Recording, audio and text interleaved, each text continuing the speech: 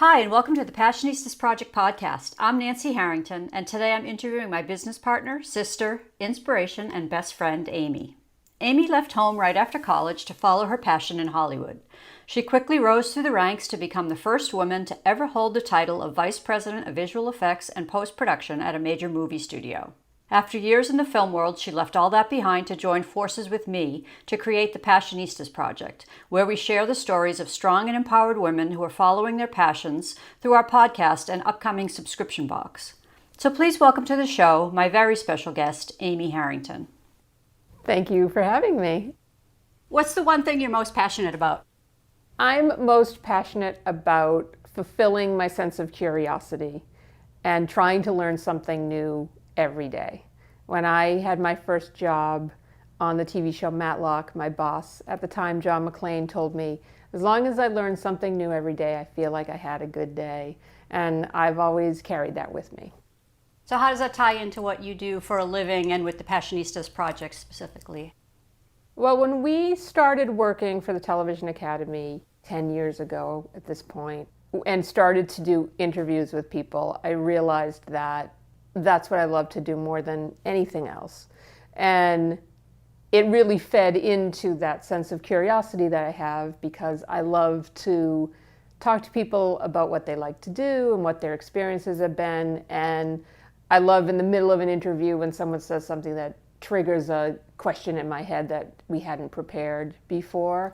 So for me, being able to do that with the Passionistas Project and to use that skill and to focus that passion on women who are following their passions and are really empowering and really inspiring just brings that all together for me. So let's talk about your background a little. You spent the summer of 1990 in Los Angeles at the Television Academy as an intern. So talk about what you learned from that experience. The first half of that summer I had been in New York and I worked at MTV and had an internship there. And that really made me even more excited to get into television because it was fun and energetic and everybody was young and it just felt like you could do anything because everybody was your age. The executive producers were probably late 20s, early 30s. So it felt like, oh, okay, so this feels doable. And then when I came out later in the summer to California for the Television Academy internship, I really felt like, okay, I'm getting my foot in the door. I'm meeting other people my age and people who have experience who have been doing this for a really long time. And as long as I work hard and do a good job and prove myself, then the possibilities are endless. Like, this is not just some crazy dream a kid from, the South Shore of Massachusetts was having, but that like I could really move to California, I could really work in television, and I could make it happen. And if I hadn't had the Academy internship, I don't know that I would have believed that, and I wouldn't have met the friends that I made who helped me get my first job when I moved back the summer after I graduated.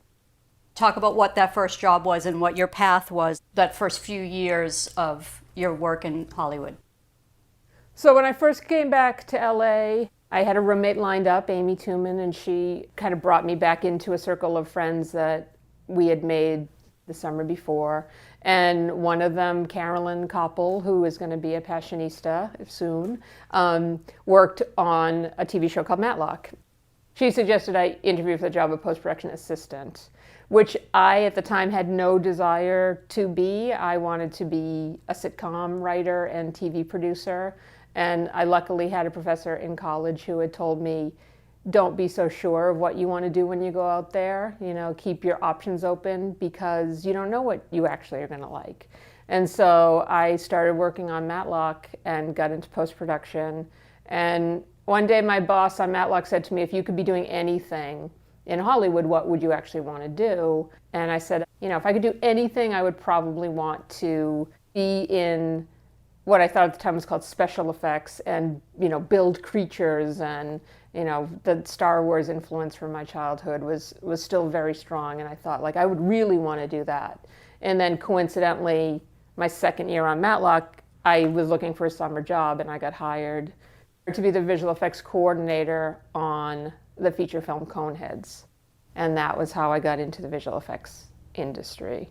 So from there, I went with that boss, John Shealy, to Warner Brothers, where we worked on Lois and Clark. And then ultimately, I was one of 4 founding members of Warner Brothers Imaging Technology, which we called WABIT. We actually did hands-on visual effects for Warner Brothers projects like Batman Forever and The Adventures of Briscoe County on TV. And then after I worked at WABIT for a couple of years, the head of post-production at Warner Brothers proper, the studio proper, Mark Solomon, hired John Shealy and I to come over to the studio and actually be production executives, basically dealing with visual effects at Warner Brothers. Talk about your years at Warner Brothers and some of your best memories there. So John Shealy and I went over to Warner Brothers, and ultimately he left the studio and I was promoted to vice president of visual effects and post-production simultaneously. I was the first woman to hold the job of a visual effects executive at a studio. What that meant was, with Mark Solomon, who was my boss, we oversaw all of the teams who were doing the visual effects on all of the feature films at Warner Brothers, and we oversaw editorial. So that was the editors and music supervisors and post-production supervisors.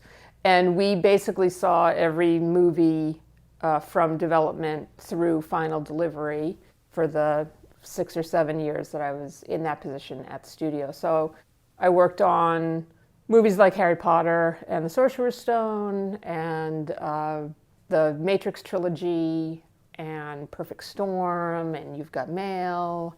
Because we worked in development and because we worked all the way through delivery, we basically touched every movie that came through the studio in the time I was there. So I probably worked on about 200 or 250 movies. When all is said and done, obviously some more actively than others, but had at least a hand in seeing a lot of movies through. So in 2004, you and I started working together. So why did you decide to make that leap of faith and do that? By 2004, like I said, I had worked on hundreds of movies in one form or another, and the studio itself had changed significantly. When I started at Warner Brothers, it was very old Hollywood.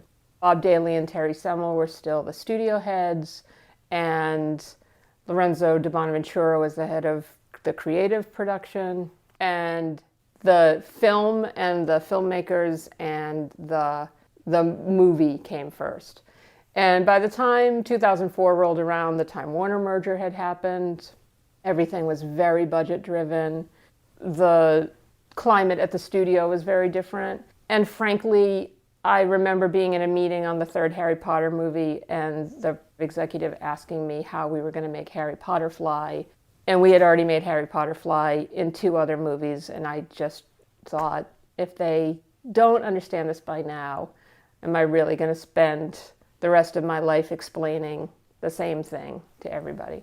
And at the same time, you, Nancy, you were ready to leave your job. And our friend Lisa Karajian had an idea for a cable network. And it was a great idea.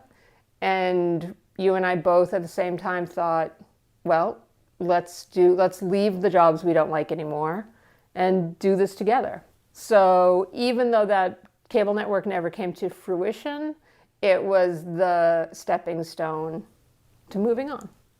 In 2010, we founded Pop Culture Passionistas, and in addition to doing interviews and creating content for our own website, we've worked for a number of clients like the Television Academy and the Rock and Roll Hall of Fame. So what do you think was the most significant work that we did for those clients that led us to the Passionistas project? Meeting Karen Herman and starting to do interviews for the Television Academy and what was called the Archive of American Television at the time was the most significant moment in our path, I think, at Pop Culture Passionistas. We had obviously done a lot of interviews before Karen let us do an archive interview, but they were phone interviews with other bloggers, or they were not very high pressure, or they were, okay, you can ask a few questions, and that was it. And then with Karen, it became, this is how you sit down with someone for 3 or 4 hours and really go deep with questions and really get to know someone. And she just taught us how to do research, and she taught us how to structure questions so that there was a flow to the interview, but she also gave us the freedom to ask a question in the middle of an interview if something came up that seemed like it should be followed, rather than feeling, tied to every word that was on the page. And I just fell in love with that process. And if we hadn't done the archive interviews, it would never have led to the Passionistas project. Because the other interviews we were doing weren't that satisfying to me. They were fun, and oh cool, we get to talk to this person and ask a couple questions. But when you actually get to sit down with someone and stare them in the eye for 3 hours and talk about their childhood and talk about those moments that you've seen on TV your whole life that meant so much to you, that was really life-changing. We started the Passionistas project in the advent of the Me Too and the Time's Up movement. What was your personal motivation for starting the podcast? We had wanted to start a podcast for a while. We'd probably been talking about it for a year or so. And we were talking about doing a pop culture podcast, and we couldn't figure out how to do it differently and make it interesting. And we certainly didn't want to do the kind of podcast that was us giving our opinion about pop culture and talking for an hour. We wanted to bring our interview skills into it. So for me, the moment when it came to us to do the Passionistas project, it just felt 100% like what we had been searching for 2 years. And for me, the idea was just, we were hearing all of these really incredibly important stories from the Me Too movement about women who had been put in horrible positions and who were being really strong and coming forward and telling stories that absolutely needed to be told. And almost everyone we know has experienced in one way or the other. But we also knew in our heart that there were a million stories of women who have had good experiences and have worked really hard and built something or been a part of something that was really positive. And so in light of all of the darker stories that were being told, and again, they needed to be, I personally felt like we need to also have a platform where women are showing other women that there's a way to do this, you can do it, you can have a positive experience, you can build your own environment to make a positive experience. And that was why I personally wanted to do it. Yes, I had ups and downs at Warner Brothers, but I had an incredibly positive experience there. I was the only woman most of the time. I was promoted very young. I was given access to everything. I got to work with the greatest directors of the time and the best visual effects people and editors, and I was welcomed in to a certain extent, even though I was a woman. And I wanted other women to know it doesn't all have to be the negative side of things. You can follow your passions. What has the podcast meant to you personally? Now that we're over a year into it, I think the thing that surprised me most about doing it is how connected I feel to the women that we've been interviewing. When we do the archive interviews, for example, you feel by the end of it like you have a connection with Juliette Louis-Dreyfus, but you don't. I have become used to the fact that I have this intimate experience with someone and then we are strangers, justifiably so, from that point on. But with the Passionistas project, I have felt like there's a connection with these women. And even if they're not people we're staying in touch with every day, or some we see more than others, I feel like we've got a bond and there's a connection that is really special. And every single woman that we have interviewed has talked about their desire to help other women. And not to bring everything back to Warner Brothers, but when I was there, I was the only woman most of the time, or maybe one other woman in a meeting, of studio executives.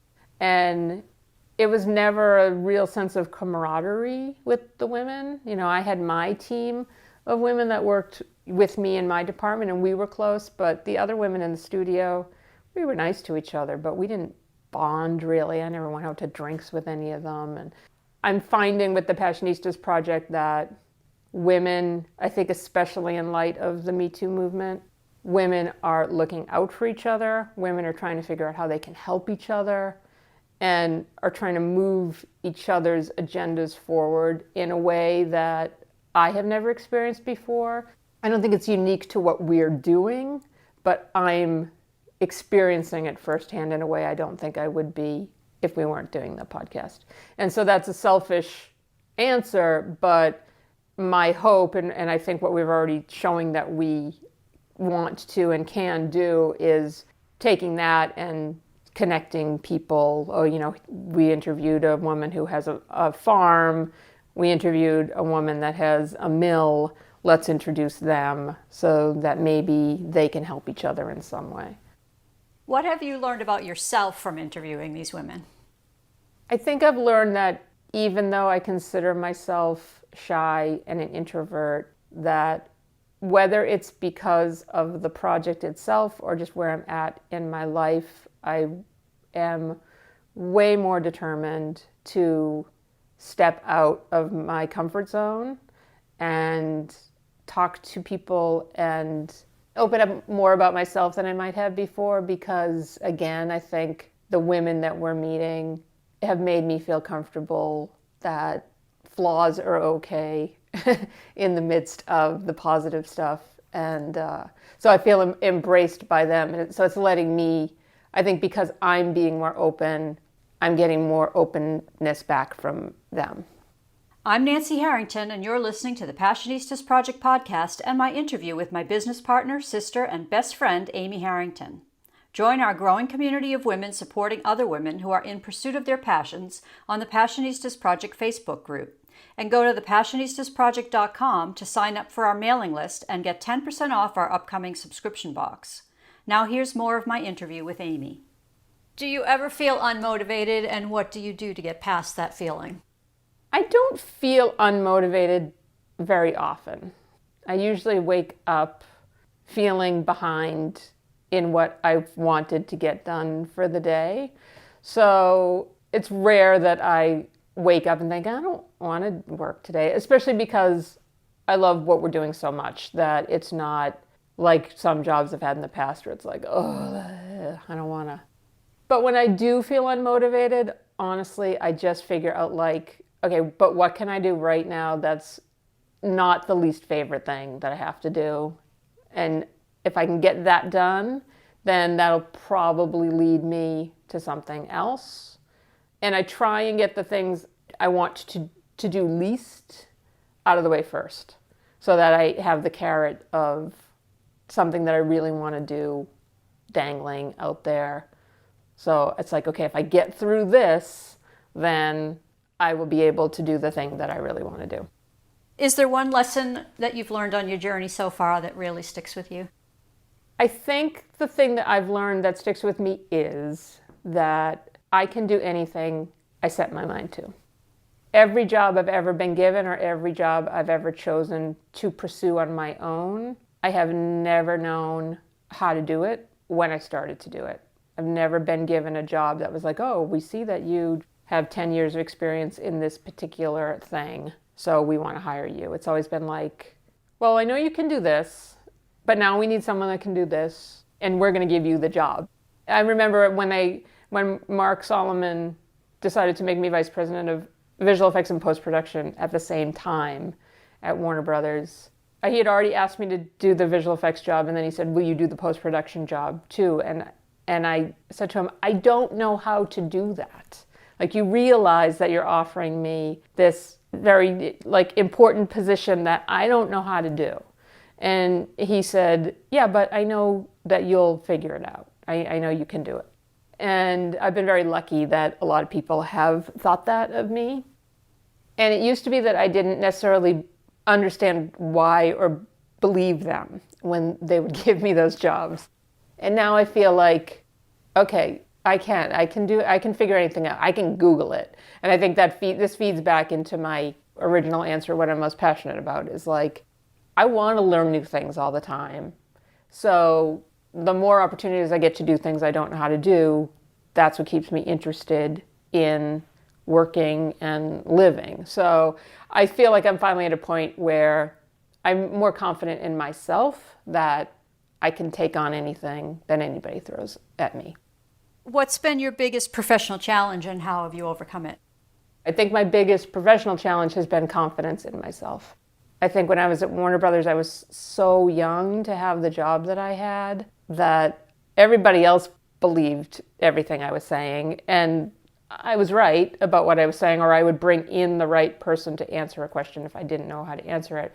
But I think the whole time I felt like they're going to figure out that I don't think they should have given me this job, even though I was doing a great job. So I think my biggest challenge has always been trusting myself and believing in myself and having the confidence that I belong at the table and that I'm good at what I do when I set my mind to it. So I've learned over the years to have more faith. And the job at Warner Brothers, I think, was what taught me that. Like, that feeling lasted for a little while, and then it was like, oh wait, of everybody sitting in this room, I actually am the one that knows what the answer to this question is. Once I got over that feeling of being a fraud and realizing I belonged there and that I had earned it, since then I've felt pretty confident, like especially when the chips are down, I feel like I can really kick in if there's a crisis and take charge of a situation. So, but that was probably my biggest challenge along the way. What's the most rewarding part of your career? Where I'm at right now is the most rewarding part of my career because I'm following my passions. I'm doing it with my best friend. And I feel like what we are creating with the Passionistas project is really important. And there's so many elements to it that we haven't even started to explore that are going to give a platform for women and a voice to women and build a community. And so for me, getting to do this every day is so rewarding, and I just want to throw all of my energy into it. Looking back on your journey so far, is there one decision that you think was the most courageous that changed your trajectory? Leaving Warner Brothers was the most courageous thing because I thought I was going to work there my entire life. I thought I'd work there till I was 65 and I would retire. And I was making a very good salary. I had a very comfortable life. It was my entire life. During that period, I didn't really have much of a social life because I was so focused on what I was doing. I was the quintessential career girl. So the decision to actually leave all of that, especially because we were working on a cable network, but it wasn't a paid job and it wasn't, okay, I'm going from this steady position to another steady situation. It was, I'm basically taking early retirement and figuring out what I'm going to do with the rest of my life. It was very scary, but it was the best thing I ever did. When you were a girl, what lessons did your mother teach you about women's roles in society? Our mother was the greatest mother anybody could ever have. She was incredibly loving.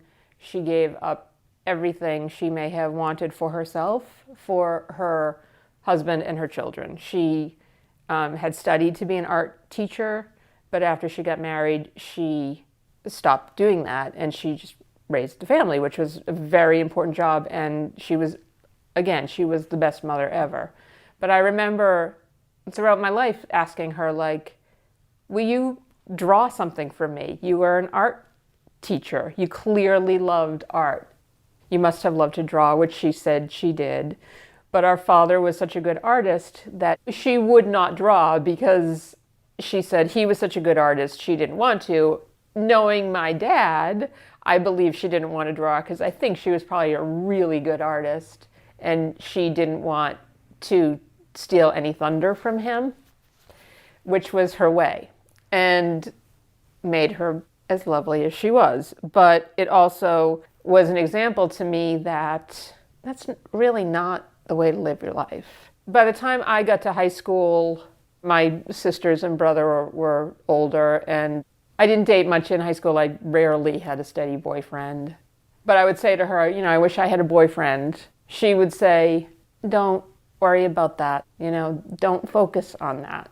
She basically would say to me, follow my dreams, and that will come when it's supposed to come. If it comes, you'll be happy, and if it doesn't come, you're still going to be fine. But the most important thing is, what do you want to do? And go out and do it.